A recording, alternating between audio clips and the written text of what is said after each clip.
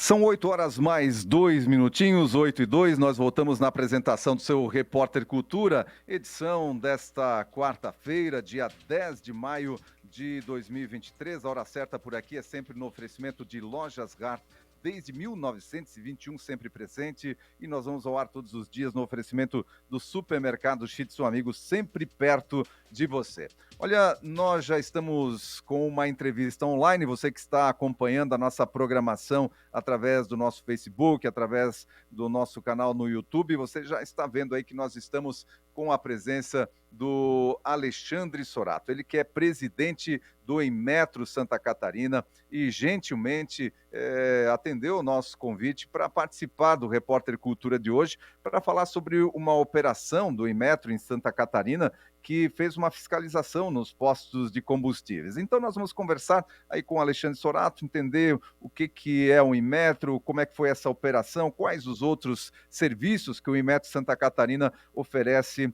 para o consumidor. Muito bom dia, Alexandre Sorato, muito obrigado pela participação no nosso Repórter Cultura de hoje.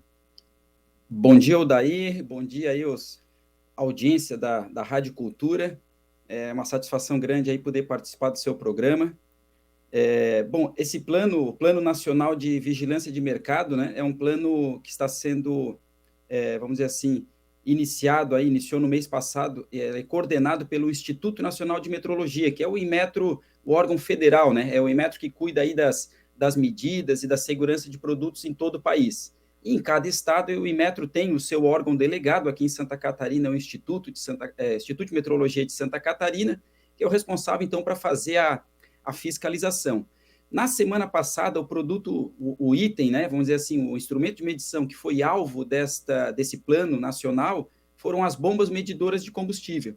Então, os técnicos aí do Inmetro puderam visitar aí, acho que foi algo em torno de 14 municípios, né, onde eles puderam fiscalizar as bombas, né? Essa semana estamos fiscalizando os blocos cerâmicos, os tijolos, né, que é muito utilizado aí na construção civil, e a gente também acompanha as medidas desse item, e ao longo das próximas semanas aí vamos ter outros 8 produtos, porque 2 nós já tivemos aí, que foram as balanças no mês passado, e as peças utilizadas aí para a instalação do GNV veicular, né? Então você pode ver, Odair, que o leque de atribuições do Inmetro é muito amplo, né? Ele tinha um antigo presidente que dizia que vai do alfinete ao foguete. Então a gente pega desde um tijolo até sistema de gestão aeroespacial, por exemplo, que é uma outra área que o Inmetro certifica, sistema de gestão, assim como certifica ISO 9001 e tal, ele também entra aí na área da aeroespacial, né? Então, só para exemplificar. Muito bem, ali a gente vai entrar um pouquinho mais nessa questão dos outros serviços aí que o Inmetro presta. Vamos fixar agora então, Alexandre, nessa questão dos postos de combustíveis. Quantos postos e bombas foram fiscalizados em Santa Catarina nessa operação? E tem já, assim, o número de irregularidades que foram encontradas?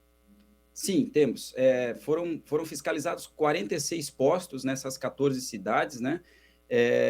Ao todo, cada posto tem várias estações com bomba, né? E cada bomba tem vários bicos, né? Ao todo, nós totalizamos 630 bicos de bombas medidoras, cada bico está fornecendo algum tipo de combustível, né? E então nós totalizamos 630 bicos de bomba fiscalizados, né? Como irregularidade, encontramos algo em torno de 25 desses 630 com irregularidades, né?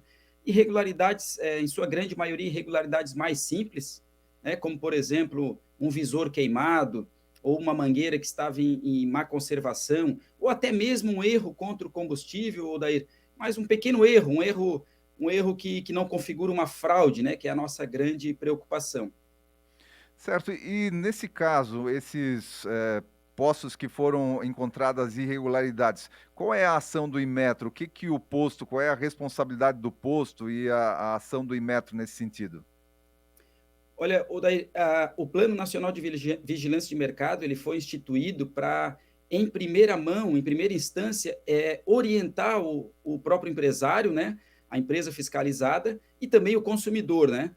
Só que, obviamente, em casos excepcionais, quando se identifica uma irregularidade que causa maior impacto, vamos dizer assim, para a segurança ou até mesmo para o bolso do consumidor, aí sim essa bomba medidora, no caso, ela é interditada, o posto é autuado e ele vai responder a um processo administrativo, vai ter garantido o seu amplo direito de defesa e contraditório que está na legislação, né?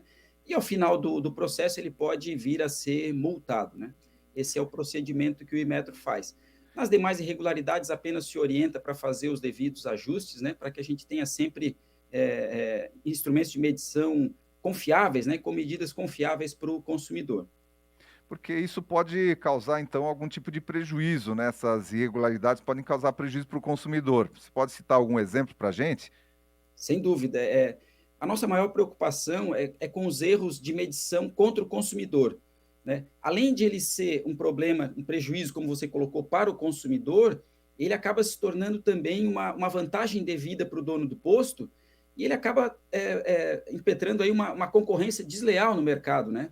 Você sabe que o mercado de combustíveis ele já tem margens muito apertadas, né? O proprietário do posto ele já trabalha ali com pequenas diferenças. E quando ele, então, pode trabalhar colocando um erro maior, né, do que os tolerados pelo Inmetro, o prejuízo, além do prejuízo para o consumidor, ele vai tá com essa concorrência desleal, né, no mercado.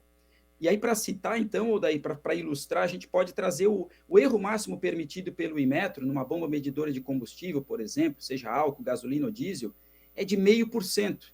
Então, se você vai abastecer o seu carro e vai colocar lá 40, vamos colocar 50 litros de combustível no seu veículo, né, esse erro de 0,5% representa 250 ml.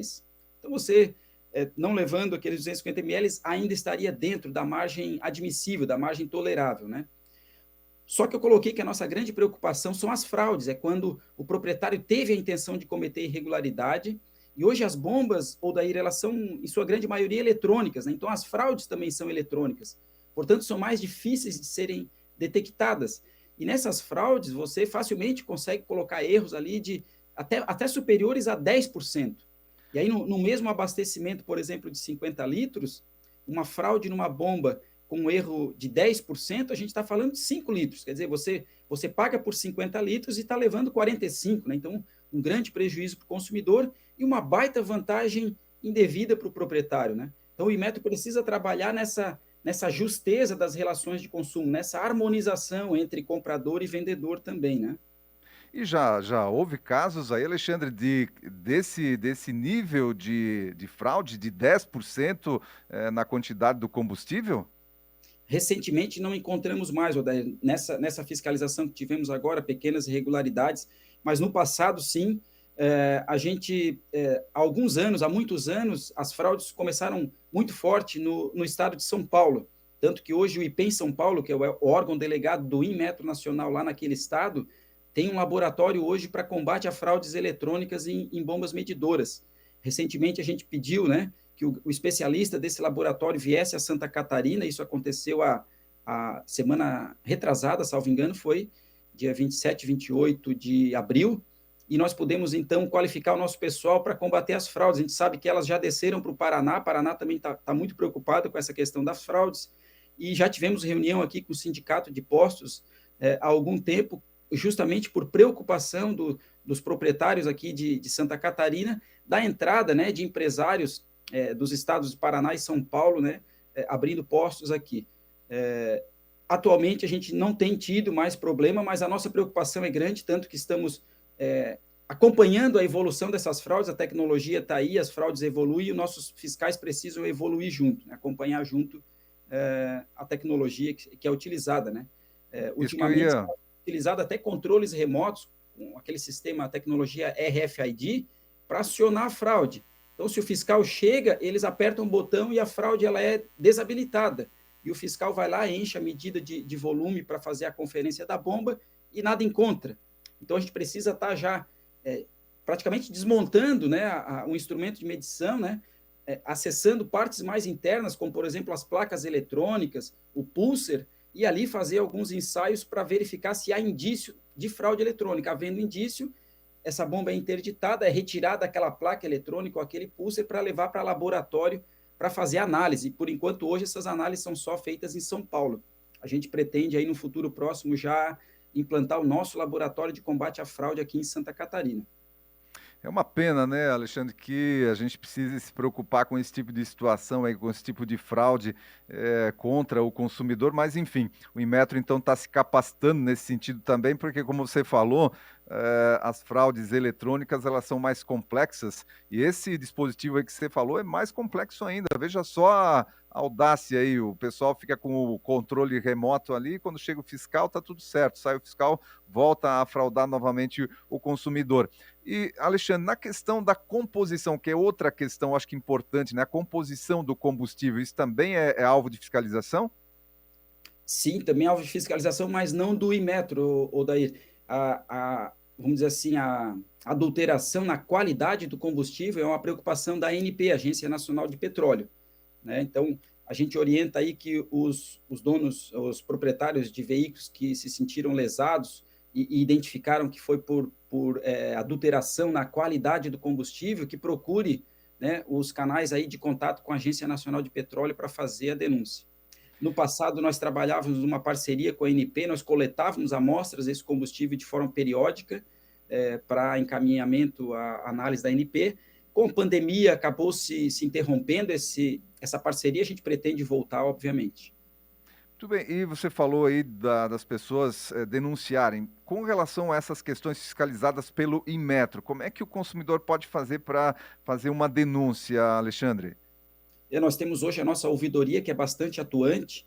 O consumidor pode, né, identificou ali, ou identificou não, mas suspeitou de uma irregularidade na quantidade do combustível, né, no volume entregue, ele pode sim fazer uma denúncia para nós, ele pode utilizar o nosso site, formulário, ou por e-mail para o Imetro, I-M-E-T-R-O, Imetro, arroba, desculpa, vamos lá, ouvidoria, arroba, Imetro, sem o N, né? Instituto de Meteorologia de Santa Catarina, imetro.sc.gov.br. Ou ele pode utilizar o nosso 0800 643 5200.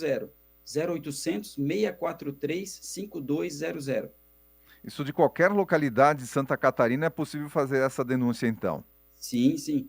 Além desse canal direto com a ouvidoria, que é mais rápido, ele pode também se dirigir a qualquer uma das nossas regionais. Se ele tiver em Itajaí, por exemplo, nós temos uma agência regional, só procurar na internet, aí você vai achar o endereço, vai achar o contato. Chapecó, nós temos uma regional, Tubarão, nós temos a regional sul, Joinville, temos a regional norte, e a nossa sede fica aqui em São José, na Grande Florianópolis. E além desses serviços, então, qual é a gama de serviços toda que é prestada aí pelo Inmetro, Alexandre? Então, como eu estava falando no início, Odair, eu não quis me alongar mesmo por conta da quantidade, né? Então, nessa parte, o Inmetro ele cuida de duas grandes áreas, né? A confiabilidade das medidas e das medições. Então, por exemplo, nós vimos que a bomba medidora traz uma medida de volume, então precisa ser controlada. A balança do supermercado, da padaria, traz uma medida de peso, de massa, né? Então ela precisa ser controlada. E aí, na área da medição, ainda temos os medidores de pressão arterial, na área da saúde, as balanças pediátricas aí que pesam bebês. Se a gente for para a segurança do trânsito, nós temos medidores de velocidade, muita gente aí multada, né, por velocidade. Ainda na área do trânsito, os bafômetros, os etilômetros, que medem aí o teor de álcool ingerido pelo condutor, né, muito utilizado nas fiscalizações de lei seca, e por aí vai. Ainda na área das medidas e das medições, Odaí, nós temos aí os produtos pré-embalados. Quando você vai no supermercado e olha aquele paredão de gôndola com todos aqueles produtos ali, eles foram pesados na sua ausência, na ausência do consumidor. Então, são chamados de produtos pré-embalados, e o Inmetro precisa conferir, é o órgão responsável por conferir aquelas medidas, seja o peso dos produtos da cesta básica, o volume, seja o comprimento de alguns outros itens, como papel higiênico, fios e cabos utilizados na construção civil, e além das medidas e das medições, que aí eu citei aí os instrumentos de medir e os produtos pré-embalados, nós temos uma outra área muito importante de atuação do Inmetro, que a gente não pode deixar de falar, que atua na segurança de produtos. Então, tem uma série de produtos hoje, que se eles não forem produzidos dentro de um rigor de normas técnicas, eles podem oferecer risco à saúde e segurança do consumidor. E aí eu vou dar alguns exemplos rápidos, né? Na área infantil, por exemplo, né? Artigos infantis, os brinquedos, os carrinhos de bebê, as cadeirinhas utilizadas no automóvel. Na área da construção civil, nós temos, como eu citei, os blocos cerâmicos, nós temos por exemplo, os fios e cabos elétricos, disjuntores, tomadas, interruptores, todos aí equipamentos utilizados na construção civil, barras e fios de aços utilizados no concreto armado também para edificação. E aí a gente avança na área, dentro da nossa casa, eletrodomésticos hoje, a segurança elétrica de eletrodoméstico, que inclusive é um item que vai ser fiscalizado na próxima semana, máquinas de lavar roupa e refrigeradores vão ser os itens da próxima semana, eles precisam estar certificados para assegurar a sua segurança elétrica, para que o consumidor não venha a estar sujeito a um choque elétrico, a um curto-circuito dentro de casa, né? Só para citar alguns exemplos. Muito bem. Na prática, o Inmetro emite as normas técnicas que são utilizadas então pelos fabricantes e depois faz a fiscalização com base nessas normas técnicas. Em termos, por aí. O Inmetro ele não é hoje o órgão normalizador. A gente tem aqui no Brasil a BNT que faz isso, só que quando o Inmetro precisa de uma nova norma que ainda não existe na BNT, ele participa de um comitê com a BNT e vai se pesquisar, né, em outros países, outras normas internacionais, para que a gente possa trazer para o Brasil e aí sim criar os regulamentos do Inmetro. Então, o Inmetro, sim, ele cria seus regulamentos com base em normas técnicas que não foram criadas por ele, mas que eventualmente ele pode ter participado da criação, né? E aí ele com o regulamento, ele pode tornar, por exemplo, compulsória, vamos supor, a certificação de um determinado produto. Então, vamos lá, um produto desse na área de segurança elétrica que eu citei, né? Máquinas de lavar, por exemplo, que vai ser item da próxima semana, ela tem que estar certificado com base em normas técnicas, com base em regulamento do Inmetro para assegurar a sua segurança, vai precisar passar por ensaios, né? E ela vai precisar também trazer aquela etiqueta da eficiência energética. Sabe aquela etiqueta que a gente costuma ver em alguns eletrodomésticos, com algumas barrinhas coloridas e as letrinhas A, B, C, D? Aquela é uma etiqueta que traz uma informação muito importante para o consumidor, que é de quanto consome, qual é o consumo, né, de energia daquele eletrodoméstico. Então, a gente, em vez de hoje olhar somente preço e modelo, né, marca, a gente tem essa informação importante aí que deve ser usada no momento da compra, né? Por que comprar um instrumento mais econômico? Porque eu sei que ao longo da sua vida útil, aquela diferença que eu pago a mais acaba se pagando, né? E eu tenho um instrumento, um eletrodoméstico mais econômico dentro de casa, né? E acaba economizando energia ao final do mês. Você citou anteriormente também que o Inmetro faz certificação. Isso. Hoje, o Inmetro é o órgão regulador no país, também na área de certificação. Só que a certificação, como a gente viu aí, são dezenas de itens, centenas, eu poderia dizer, hoje são mais de 500 itens que são regulamentados pelo Inmetro para certificação.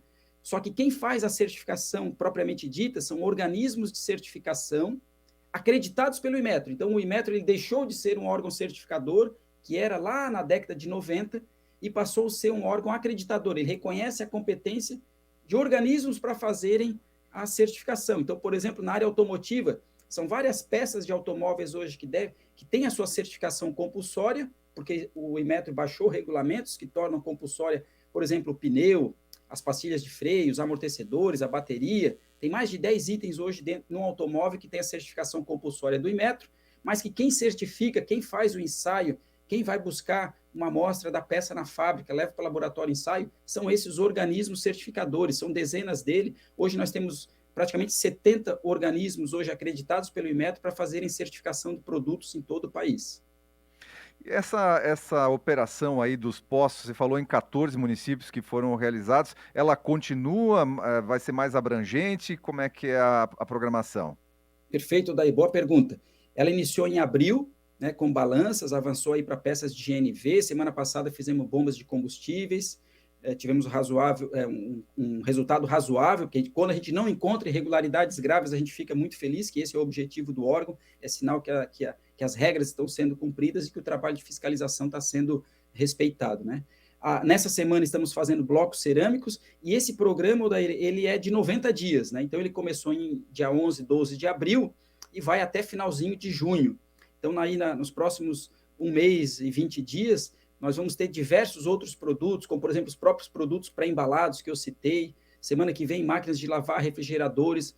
Vamos ter também colchões e colchonetes, que é um outro item também que o Inmetro certifica a densidade, também o revestimento têxtil.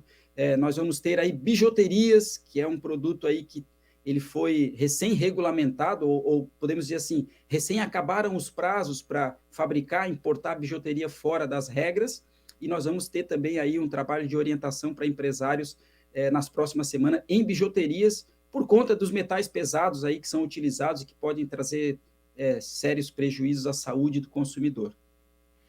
Muito bem, olha, Alexandre, quero agradecer imensamente a participação aqui no Repórter Cultura desta quarta-feira. Foi muito esclarecedora a nossa entrevista, o nosso bate-papo por aqui. Um abraço para você, sucesso, e certamente a gente pode voltar a conversar oportunamente aí sempre que tiver novidades importantes para a comunidade. Perfeito, Daíro. O Imetro aqui agradece aí a oportunidade da Rádio Cultura e do programa Repórter Cultura de abrir esse espaço para que a gente possa falar um pouco mais. Nós estamos com um trabalho muito forte aí nas mídias sociais e a gente quer estar junto aí da imprensa, dos órgãos de TV e rádio aí. Muito obrigado e uma boa semana a todos. Uma boa semana para você também.